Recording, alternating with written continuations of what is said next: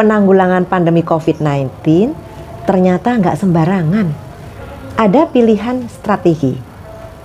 Ikuti sampai selesai.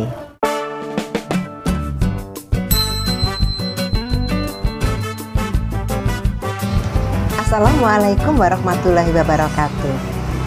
Sobat sehat, bertemu kembali dengan saya Dr. Sofi. Ini adalah video saya yang ke-78.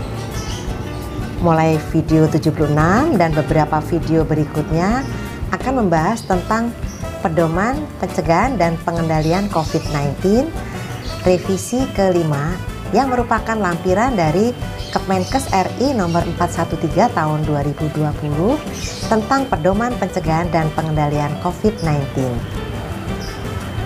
Pada video saya yang ke-78 ini akan membahas strategi penanggulangan pandemi COVID-19 yang merupakan video ketiga dari beberapa video yang disiapkan mengikuti alur pedoman P2 COVID-19.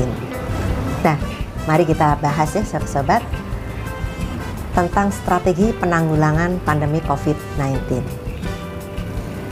Sejak kasus pertama diumumkan pada tanggal 2 Maret 2020, penyebaran COVID-19 terjadi dengan cepat di Indonesia. Hal ini memerlukan strategi penanggulangan sesuai dengan transmisi yang terjadi baik di tingkat nasional maupun provinsi dengan tujuan pertama memperlambat dan menghentikan laju transmisi atau penularan dan menunda penyebaran penularan. Kedua, menyediakan pelayanan kesehatan yang optimal untuk pasien, terutama kasus kritis.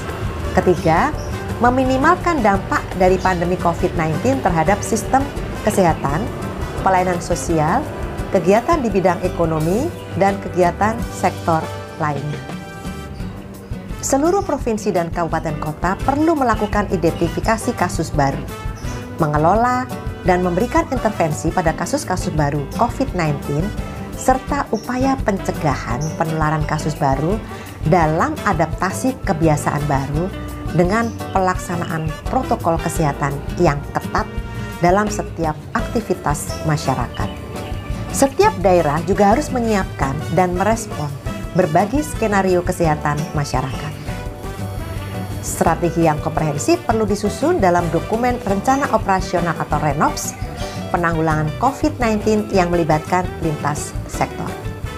RENOPS mencakup 1. Koordinasi, perencanaan, dan monitoring. 2. Komunikasi risiko dan pemberdayaan masyarakat atau KRPM. 3.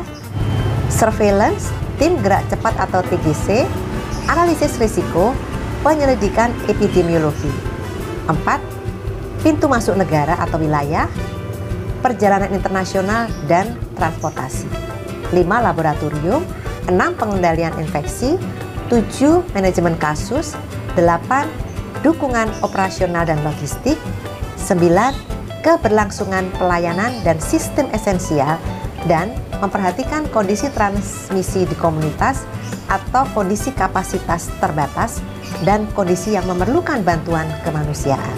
Pandemi merupakan salah satu bencana non-alam, sehingga rencana respon penanggulangan COVID-19 dapat menggunakan kerangka kerja respon bencana nasional berdasarkan prinsip penanggulangan manajemen risiko pandemi. Dokumen RENOPS perlu direview dan diperbaharui minimal setiap 2 minggu. Konsep operasi respon penanggulangan COVID-19 berdasarkan framework kebencanaan nasional. Berdasarkan panduan WHO, terdapat 4 skenario transmisi pada pandemi COVID-19, yaitu yang pertama, wilayah yang belum ada kasus atau no cases. 2. Wilayah dengan 1 atau lebih kasus, baik kasus import ataupun lokal, bersifat sporadik dan belum berbentuk klaster atau sporadic cases. 3. Wilayah yang memiliki kasus klaster dalam waktu, lokasi, geografi maupun paparan umum atau cluster of cases. 4. Wilayah yang memiliki transmisi komunitas atau community transmission. Setiap provinsi dan kabupaten kota harus dapat memetakan skenario transmisi di wilayahnya. Suatu wilayah dapat memiliki lebih dari satu skenario transmisi pada wilayah yang lebih kecil. Misalnya, beberapa kabupaten kota di sebuah provinsi atau beberapa kecamatan di suatu kabupaten kota mungkin tidak akan sama skenario transmisinya. Inti utama dari skenario penanggulangan adalah sebanyak mungkin kasus berada pada klasternya dan berhasil dilakukan penanggulangan. Minimal 80% setelah dilakukan penanggulangan terjadi penurunan jumlah kasus minimal 50% dari puncak tertinggi selama minimal 2 minggu dan terus turun 3 minggu selanjutnya. Skenario transmisi yang berbeda membutuhkan persiapan dan respon berbeda, seperti dijabarkan pada tabel 2.1 dari Pedoman Pencegahan dan Pengendalian COVID-19.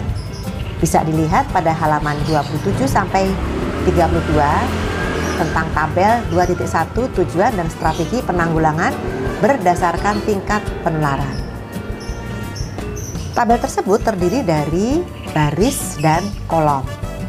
Baris terdiri dari 4 skenario transmisi pada pandemi COVID-19, yaitu tidak ada kasus, kasus sporadik, kasus klaster, dan penularan komunitas.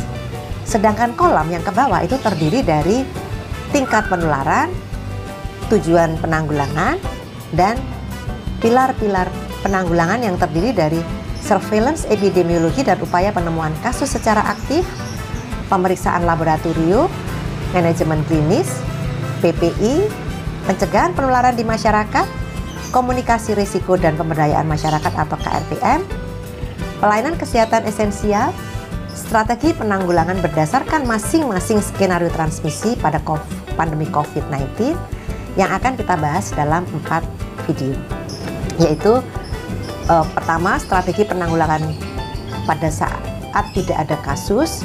Kemudian video yang kedua, strategi penanggulangan kasus sporadis. Yang ketiga, strategi penanggulangan kasus klaster.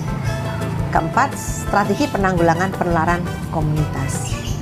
Sobat Sehat, kita masih akan bertemu pada video-video berikutnya membahas lanjutan dari pokok bahasan dari pandemi ini. Sampai di sini dulu ya. Saya tetap mengundang masukan dari Sobat Sehat. Silakan sampaikan di kolom komentar. Semoga selalu sehat. Wassalamualaikum warahmatullahi wabarakatuh.